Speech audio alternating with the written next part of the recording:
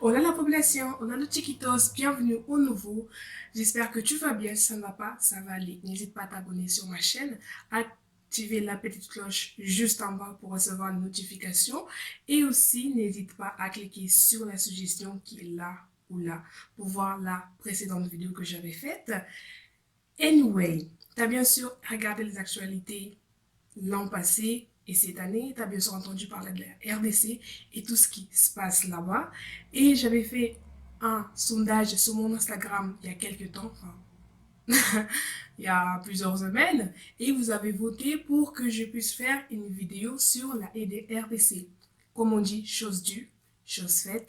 Voici la vidéo. Tu connais la fameuse chanson Prends à boire, à manger, installe-toi confortablement, éteins les lumières si tu le veux. Ne tardons pas plus and let's go to the video.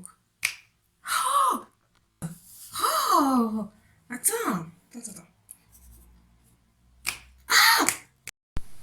Attends, il faut que ça marche. Il faut que ça marche. Il faut que ça marche. Wow! Attends.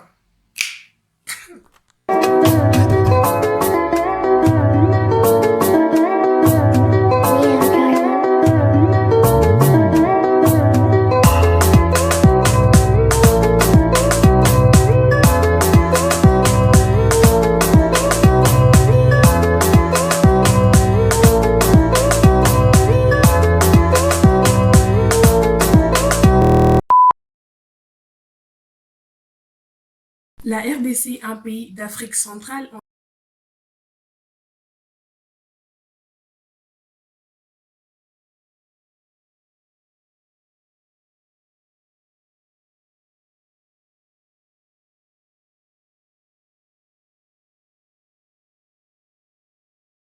ancienne colonie belge qui était sous l'emprise du roi Léopold II de Belgique en 1885. Ce n'est que le 30 juin 1960 que cette ancienne colonie va obtenir son indépendance. Du caoutchouc, parce que c'est vraiment la ressource, la grande ressource que va trouver le roi des Belges en arrivant à partir de 1885 jusqu'en 1908, année où il finit par offrir le Congo à son pays, c'est-à-dire à son gouvernement. Là, restituer. Ah oui, enfin, ouais, c'est ça, vous vous rendez compte, il l'offre, c'est incroyable. Alors voilà le drapeau. Non, mais c'était un pays riche pour qu'il colonise. Mais enfin, croyait-il, parce qu'il y a des mines que l'on a découvertes. Voilà le premier président de la République à droite, Kasavubu, et puis le roi des Belges. Nous sommes le 30 juin 1960. Il est venu à Léopoldville, parce que la capitale s'appelle Léopoldville. Évidemment, on a donné le nom du roi à cette capitale, qui va se transformer en Kinshasa quelques années plus tard. C'est ce pays qui va se faire appeler Zaïre pendant un temps, puis à nouveau République démocratique du Congo. Il existe toujours. Pas de guerre, pas de révolte. Si, dès les premiers jours, il y a des révoltes. Le Premier ministre ne s'entend pas avec le président de la République. Le Premier ministre s'appelle Patrice Lumumba. On connaît cette histoire, on en a en tout cas entendu parler. Et puis dès le mois de juillet-août 1960, un nouveau président arrive en poste, c'est Moïse Tshombe. Enfin, on voit bien que ce sont des noms qui nous parle encore aujourd'hui, et en 1965, le président du Zaïre sera le président Mobutu, si célèbre avec sa toque en léopard, dont on se souvient. Merci beaucoup, Monsieur Gersal. Puis elle sera dirigée d'un bras de fer par un homme politique très connu dans le monde entier, Mobutu Sese Seko. Et ce sera sous sa gouvernance qu'un homme politique aussi tellement connu dans le monde entier connaîtra sa mort, donc Aimé Désiré Lumumba.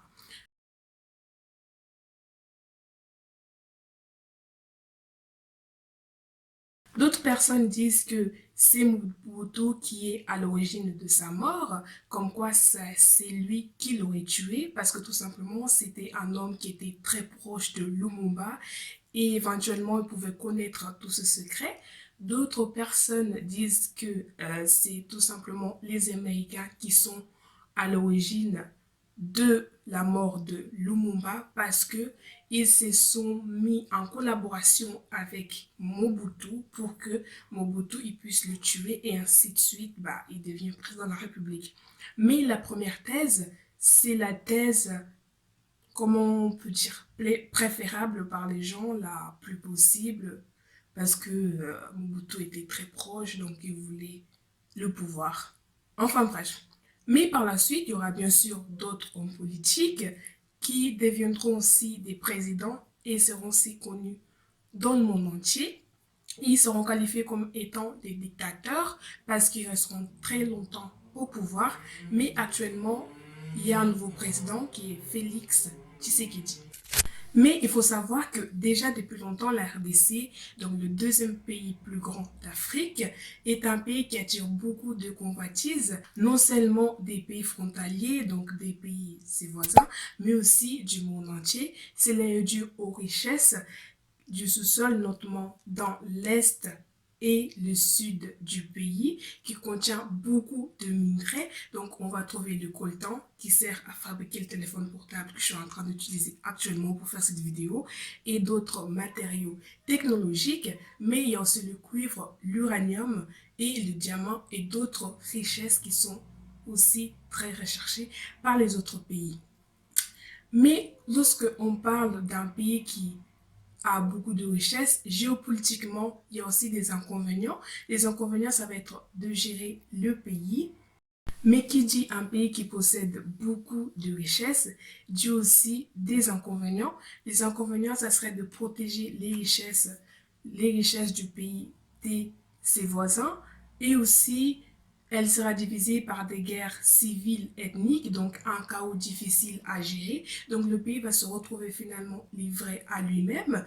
Il y a aussi des inégalités sociales qui vont apparaître et des difficultés au niveau du développement. Mais pour la RDC, il faut savoir que c'est un pays qui a beaucoup de populations diversifiées. Enfin, là, on parle des personnes qui viennent d'autres horizons du monde, qui sont installées en RDC depuis des décennies. Ils ont carrément fait leur vie là-bas, ils sont installés. Mais la RDC aussi, il y a une diversification au niveau des ethnies, qui dit aussi beaucoup de richesses, dit aussi un pays qui a des génies, un pays qui peut avoir beaucoup de d'œuvres qui sont très peu exploitées. Tout ce que j'ai de vous dire maintenant, c'était un peu pour vous contextualiser, pour vous mettre dans le bain, pour comprendre pourquoi la RDC est un pays qui est très convoité dans le monde entier. Bien sûr, je ne vous ai pas dit tout ce qu'elle contient, tout, parce que sinon on va rentrer dans beaucoup de choses. Enfin bref.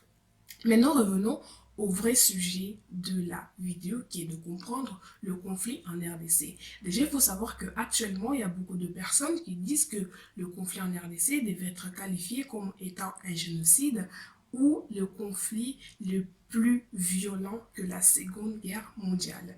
Mais je vais vous expliquer à la fin pourquoi les personnes disent tout cela. Donc, la guerre en RDC a commencé en 1996, mais revenons quelques années en arrière. Le 7 avril 1994 au 17 juillet 1994, soit 3 mois et 10 jours, il y a eu un génocide au Rwanda qui a causé 80 000 morts. Donc, le Rwanda, qui est un pays de l'Est de l'Afrique,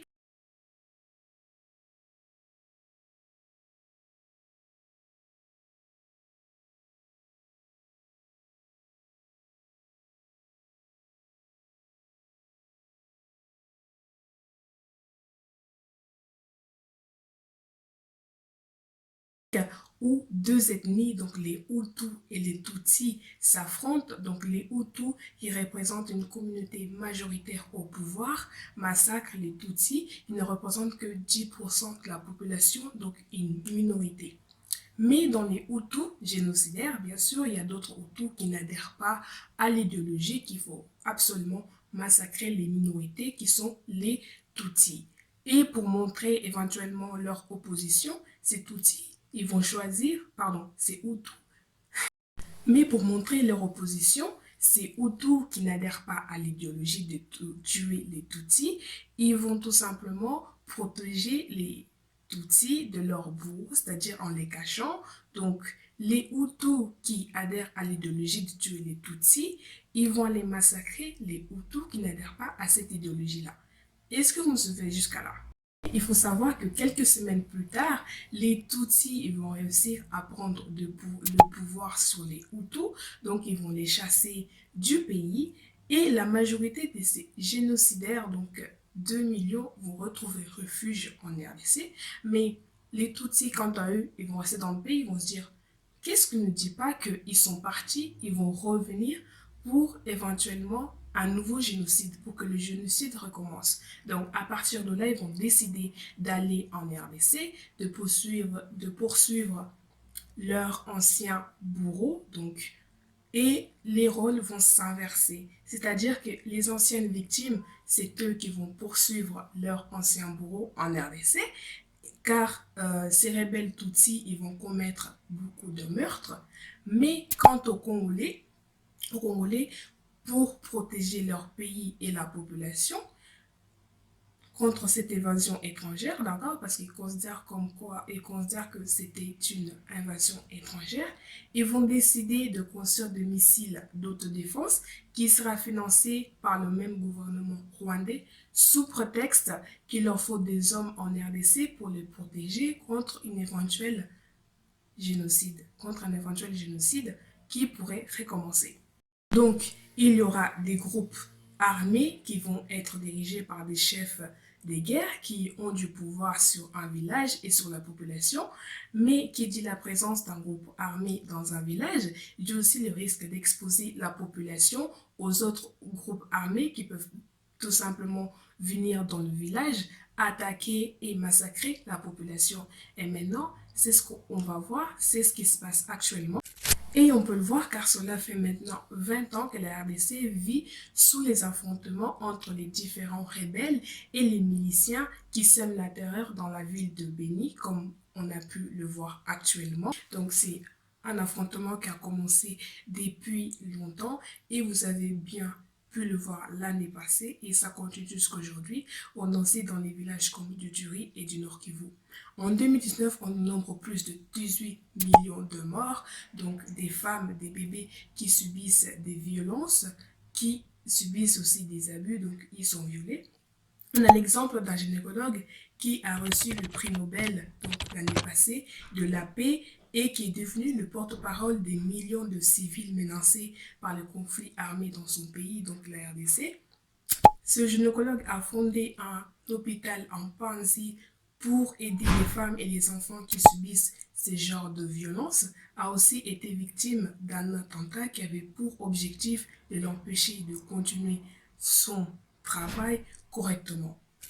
Mais selon lui et les personnes, donc les hommes qui commettent ce genre d'abus aux femmes, selon lui et selon eux, ce qui justifierait leurs actes, ça serait que ce genre de crimes commis envers les femmes et surtout les enfants n'importe quel âge, ça leur procurerait une sorte de force et ça leur permettrait d'être invincibles. Après, là, c'est une question plus de superstition, donc on va pas entrer trop dedans, mais c'est ce qui éventuellement justifierait leurs actions, surtout envers des enfants, envers des bébés. Ok. Mais cherchez, c'est vraiment horrible. Franchement, c'est très horrible.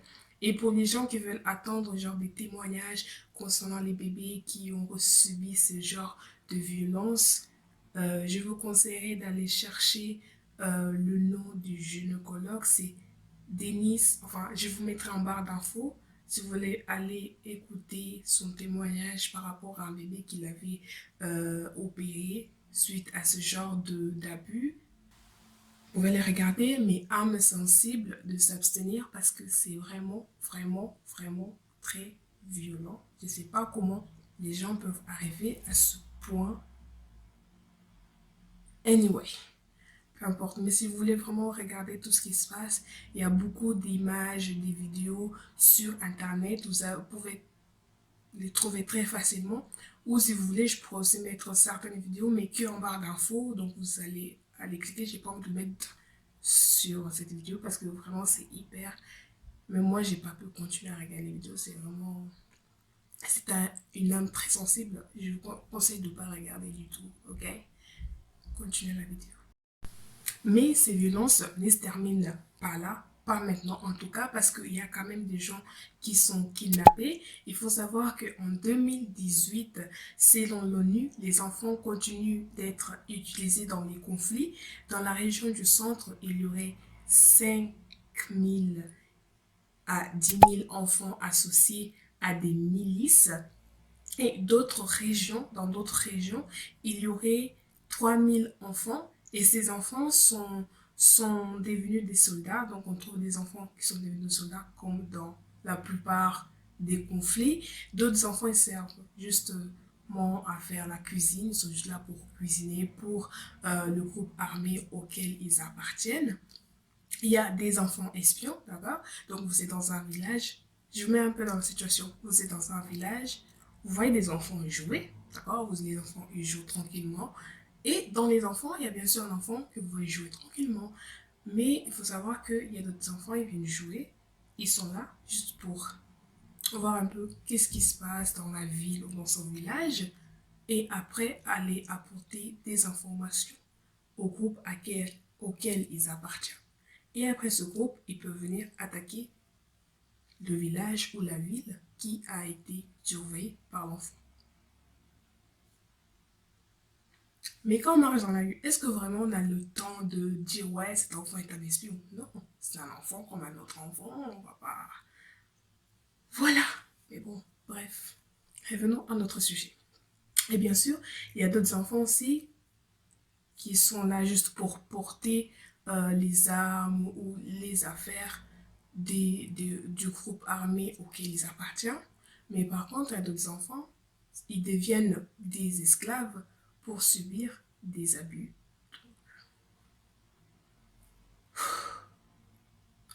Respirons. Horrible. C'est horrible. Franchement, c'est très horrible. On dénombre plus de 100 groupes armés et la plupart de ces groupes changent de nom à chaque fois. Et dans ce groupe, certains ont des idéologies, donc des idées politiques assez floues. Ils ne savent pas vraiment pourquoi ils sont là. Enfin, d'autres, ils sont là, ils disent, ouais, je défends ça. Enfin, est-ce que vous voyez un peu l'idée? Je défends ça, mais en fait, je suis pour ça. Genre, ils combattent sans vraiment avoir une position fixe. Genre, ils sont là juste pour combattre.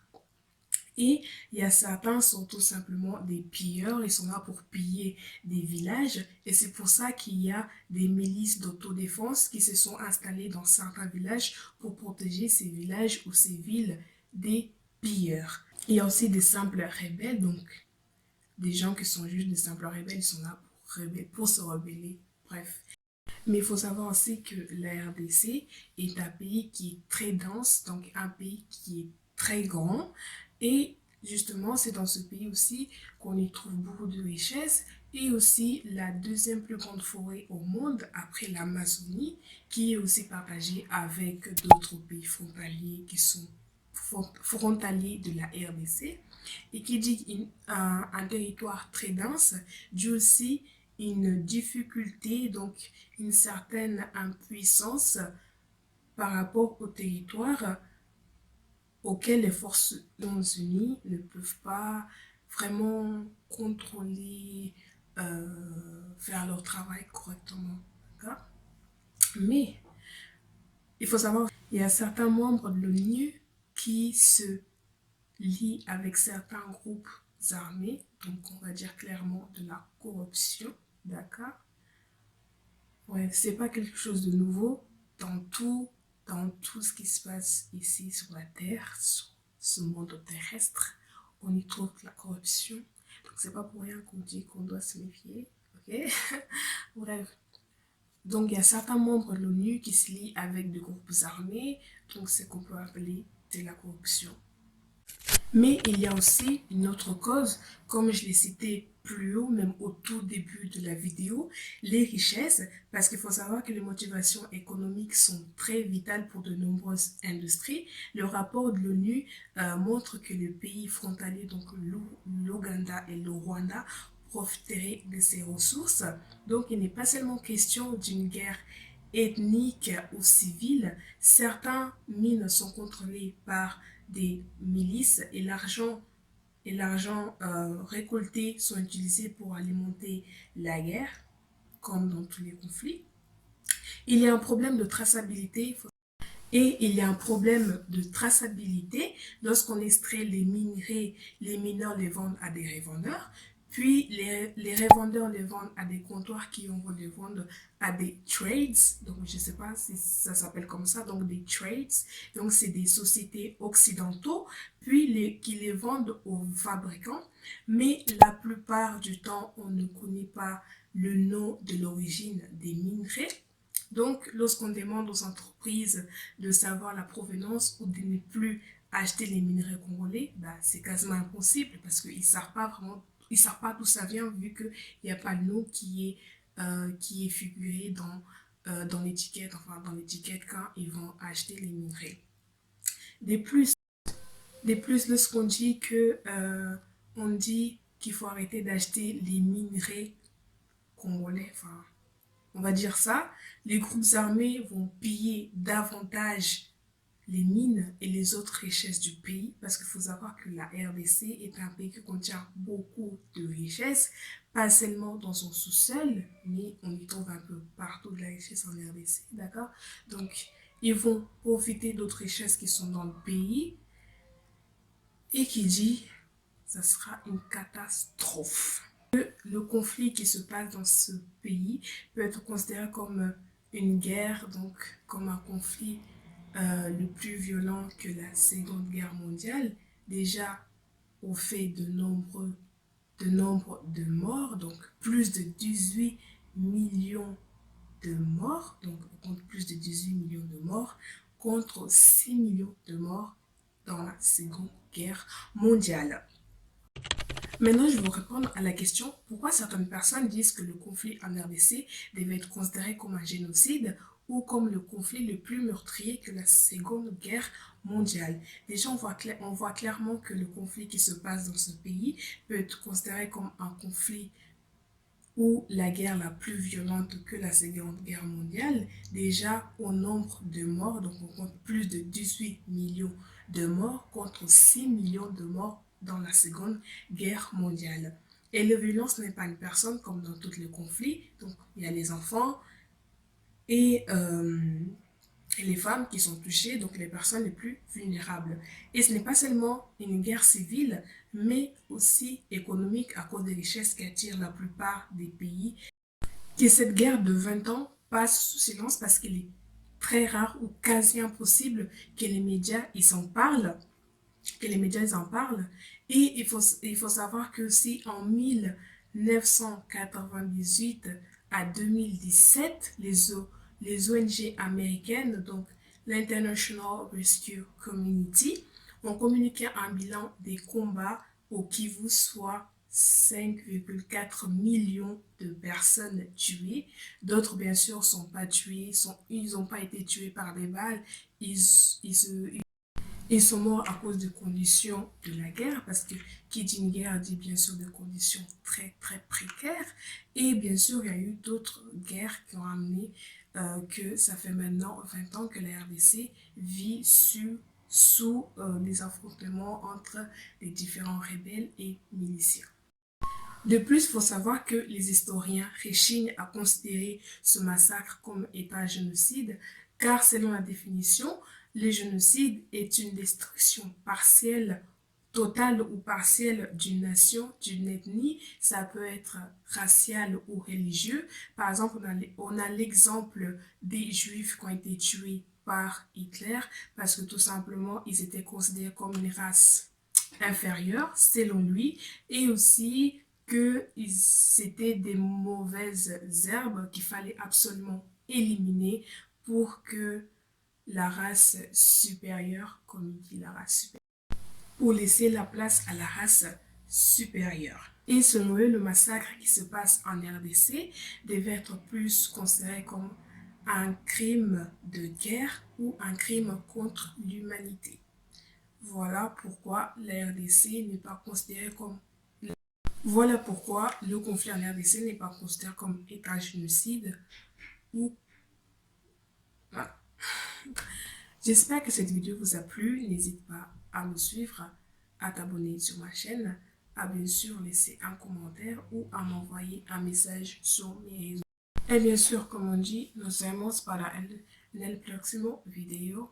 Ciao.